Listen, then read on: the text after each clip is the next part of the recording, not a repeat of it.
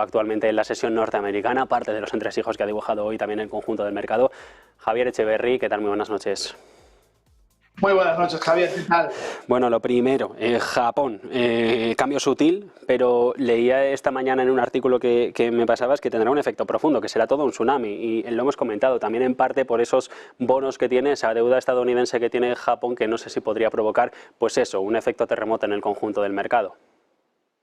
Pues efectivamente, esta mañana he escrito un artículo con respecto a esta decisión de tipos de interés del Banco de Japón, viendo un poco esa subida histórica y comprobando un poco cómo puede afectar esto, ¿no? Y es que al fin y al cabo lo que no nos damos cuenta es que realmente toda la expresividad que puede tener la parte económica en Japón sobre la fortaleza que lleva teniendo un año con ese crecimiento del 2%,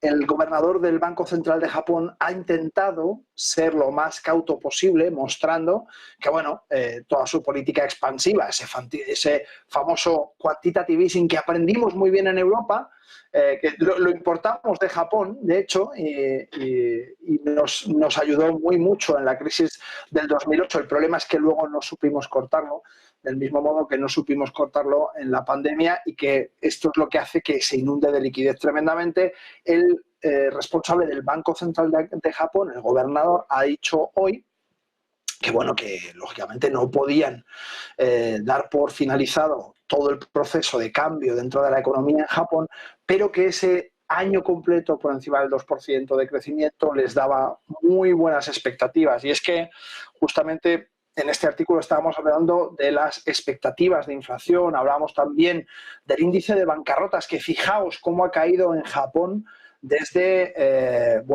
realmente desde el 84, pero ha seguido cayendo desde la crisis fundamentalmente de 2008. Han ido poco a poco trabajando un poco en esa base económica que les hacía falta a Japón y que poco a poco han ido levantando. Y por si fuera poco, pues hemos estado hablando también del nivel de desempleo en Japón, que está ya en un 2,4, realmente bajísimo. Al fin y al cabo, vemos el deflactor del PIB como ha crecido además en un 6,86%, y vemos sobre todo el PIB per cápita, que es, yo creo, que el dato más interesante. Cómo este PIB per cápita puede ayudar en Japón concretamente a todas esas nuevas generaciones, a todos esos nuevos empresarios, a toda esa economía incipiente en ciernes que está realmente bullendo bajo la superficie, a poder salir adelante con mayores perspectivas, puesto que el crecimiento permite de nuevo que el dinero tenga un valor. Y cuando el dinero tiene un valor, conseguimos que todo el sistema económico funcione. Lo que es antinatural es que el dinero sea o gratis o que te paguen por prestarte dinero. Ninguna economía puede funcionar así durante mucho tiempo, y efectivamente al final es lo que sucede, ¿no? Claro, es que ahí está el gran truco, que Japón ha dado un volantazo, podríamos decir, de 180 grados, para que no sé si el resto del mundo también estaba preparado. Yo creo que no, yo creo que no estaba en las quinielas de mucha Claro. gente, a pesar de que la semana pasada hablábamos de Berkshire Hathaway y comentábamos justamente, mira, tenemos visitantes, comentábamos justamente que Warren Buffett había incrementado sus posiciones en Japón, y al incrementar sus posiciones en Japón hice un artículo completo sobre cómo esos 160.000 millones en liquidez que podéis encontrar dentro de TradingView, cómo todos esos millones en liquidez seguía apostando por Japón. Y creo que ha sido de los poquísimos inversores institucionales grandes que de verdad han dicho: apuesto por Japón, sigo apostando por Japón. De hecho, el artículo se llama Warren Buffett a sus 93 años nos sigue dando lecciones. Pues ahí está, nos sigue dando lecciones, y aquí se confirma justamente con eso que comentábamos, ¿no? Con esa subida tan fuerte, o sea, ese cambio de dirección que ha dado efectivamente. Mira, ahí está el artículo, que no consigue encontrarlo, aquí está. Buffett sigue dando lecciones a sus 93 años. Y es que, efectivamente, bueno, pues aquí podréis leer un poco todo lo que ha hecho Berkshire Hathaway y cómo ha continuado apostando por Japón, cuando en principio prácticamente nadie estaba apostando, y desde mucho antes de la subida inicial. Es decir, justamente desde el principio del 24 es cuando ha duplicado sus posiciones en Japón. O sea que Japón sigue siendo esa opción de mercado para los gurús de este asunto y pudiera ser una réplica para el resto. Bueno, ahora digamos que se ha validado ese paso adelante por parte de Warren Buffett y de Berkshire Hathaway, se ha validado, ¿no? Viendo ese cambio de rumbo que en principio es muy poquito, y es por eso el título del artículo anterior, que el movimiento puede ser un tsunami, porque al final los tsunamis se inician con un pequeño temblor de tierra en las profundidades donde nadie lo ve, donde prácticamente no hay ningún ruido, y es lo que ha pasado hace un año, ¿no? Con ese crecimiento que iba al 2% poco a poco, nadie tenía en el radar a Japón. A primeros de este año, el año pasado empezó Berkshire Hathaway a invertir de manera importante en 5 compañías en Japón, y justamente a primeros de año doblaba sus posiciones e incrementaba algunas otras, sin tomar el control de ninguna de esas compañías, que era una de las premisas por parte de Buffett. ¿Qué sucede? Pues que ese pequeño temblor que empezaba hace un año, ahora empieza, lógicamente, a ser un maremoto bajo tierra, y empieza probablemente a difundirse un poco esa estabilidad. Recordemos que Japón es una de las economías más pujantes, pero también más débiles. Bueno, me quedo también hoy, Javier, con unas palabras del director ejecutivo de Bank of America, que dice que espera que el inmobiliario comercial siga siendo un problema y que la solución va a ser lenta. Justo hoy, cuando estábamos hablando de esos informes que dejan entrever cómo hay 280 entidades bancarias, lo comentaba al inicio del programa, que en Estados Unidos todavía podrían estar en problemas por lo que tienen en balance, y después de que hoy Luis de Guindos, en ese observatorio del Español, haya también advertido sobre este peligro, replicando sus palabras del 7 de marzo. Pues sí, es que en definitiva esto ha venido muy bien, estas subidas de tipos de interés y este miedo a levantar los balances y a, como decimos muy a menudo, a subir la alfombra y mirar lo que hay debajo, en la banca mediana, sobre todo en la banca regional en Estados Unidos. Lo que nos está haciendo entrever y lo que nos está haciendo entender es que los bancos grandes, que podían, y lo he dicho muchas veces, que podían hacer acuerdos para soportar las espaldas de la banca regional y para compartir su cuota de negocio, en vez de jugar a un fair play, ayudar y tener un juego justo y decir, mira, no tienes suficiente balance para cubrir esto, cosa que no es culpa de ellos, porque al fin y al cabo no son ellos los reguladores que tienen que juzgar eso, ¿no? Es verdad que no se había dado hasta ahora una subida de tipos de interés tan veloz, tan amplia, tan voraz y tan flagrante, ¿no? Que ha cogido a todo el mundo desprevenido, porque nos decían, recordemos, a principios del 23, que esto era una cosa pasajera. Es que a principios del 23, es que parece mentira, nos decían que la inflación era una cosa pasajera. Entonces ha cogido a todo el mundo desprevenido, y en vez de utilizar los grandes bancos estadounidenses, su grandísimo pulmón económico, para cerrar acuerdos y decir, no os preocupéis, nos vamos a aprovechar de parte de vuestro beneficio, pero os vamos a dar un respaldo, porque al final esto genera un tejido bancario verdaderamente fuerte. Lo que han hecho es conocer perfectamente al inversor, entender que el retail a día de hoy no tiene que hacer cola en la puerta del banco con su cartilla para hacer un retiro, coger el dinerito en mano y llevárselo a otro banco, sino que desde su casa, incluso con un móvil, hacen así y ¡clac!, han hecho una transferencia de todo su capital a otro banco. ¿Y a qué banco lo van a hacer? ¿A otro banco regional?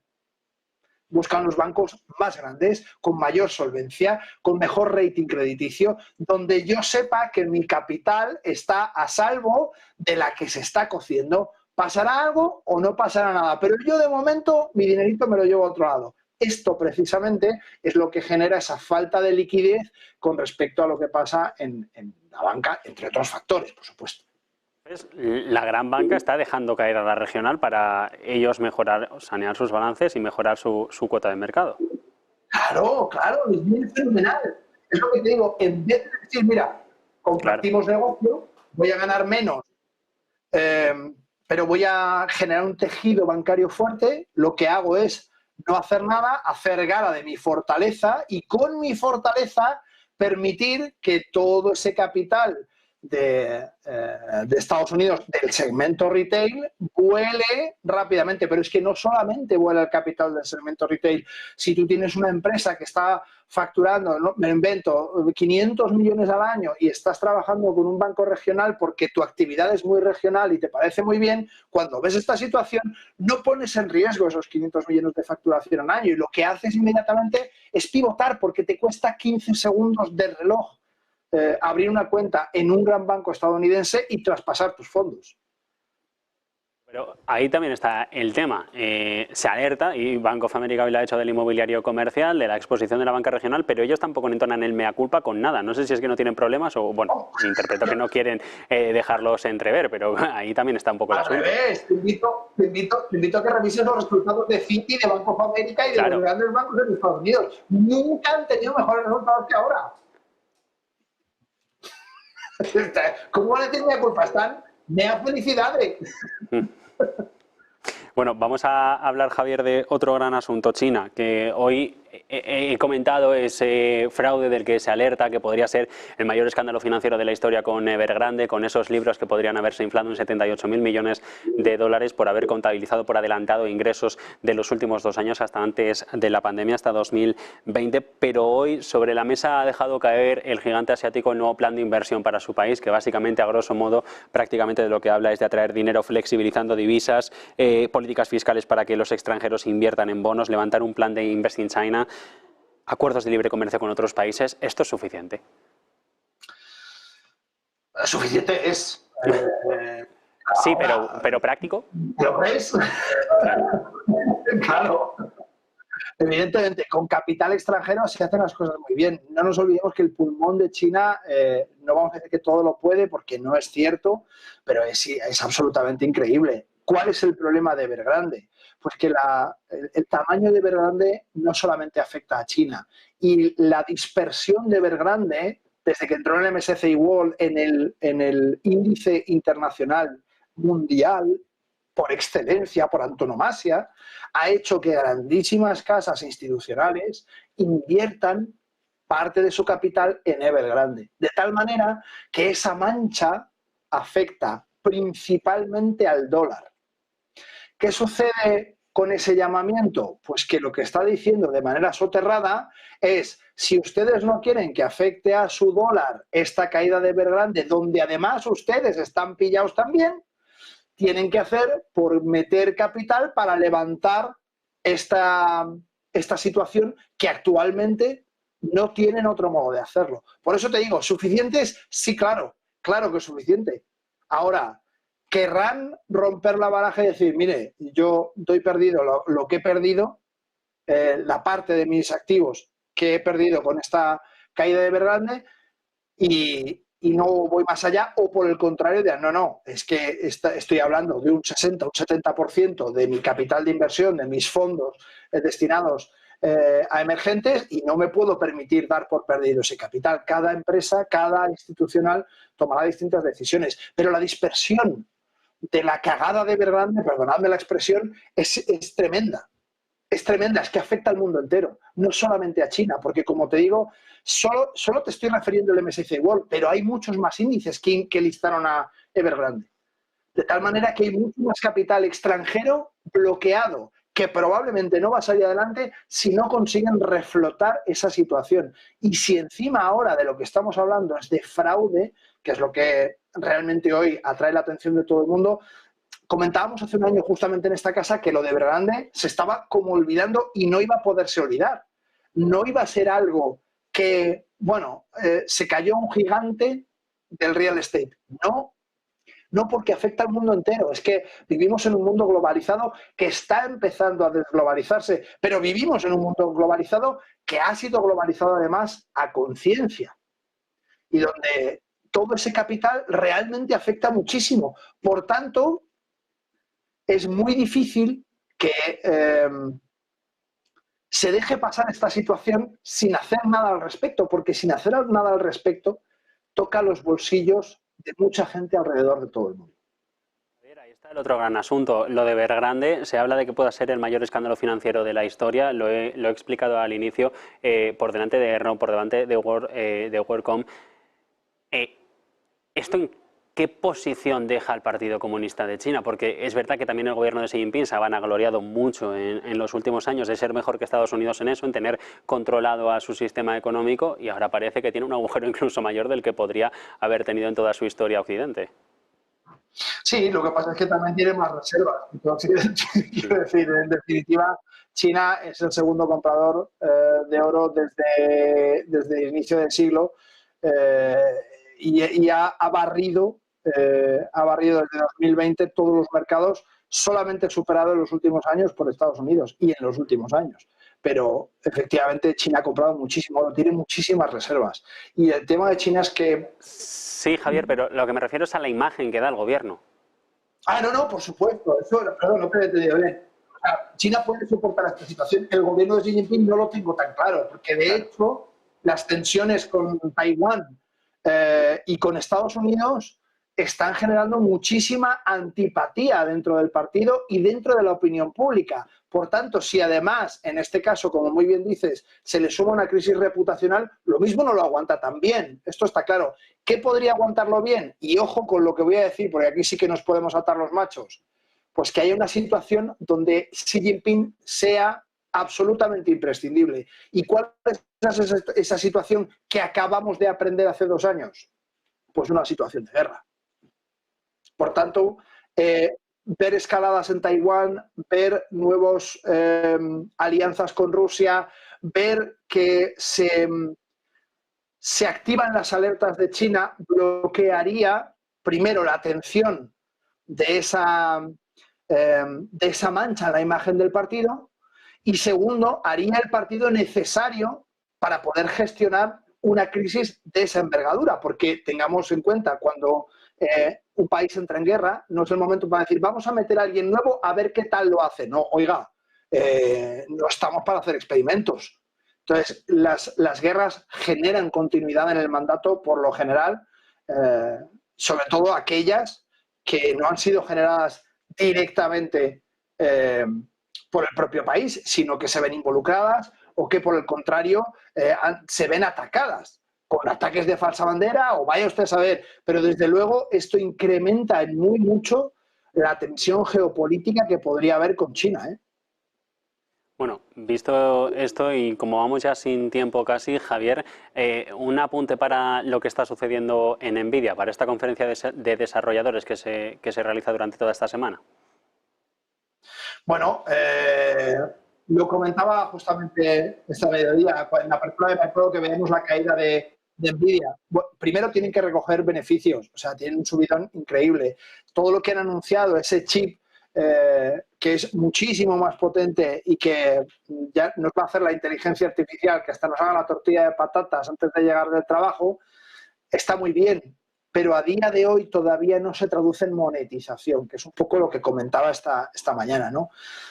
Todavía, al final las cadenas de producción tienen cadenas de suministro, tienen tiempos de transporte, tienen tiempos de montaje, tienen tiempos de instalación y, por tanto, es verdad que NVIDIA está anunciando sus avances antes de lo que puede monetizar con su producción y su venta.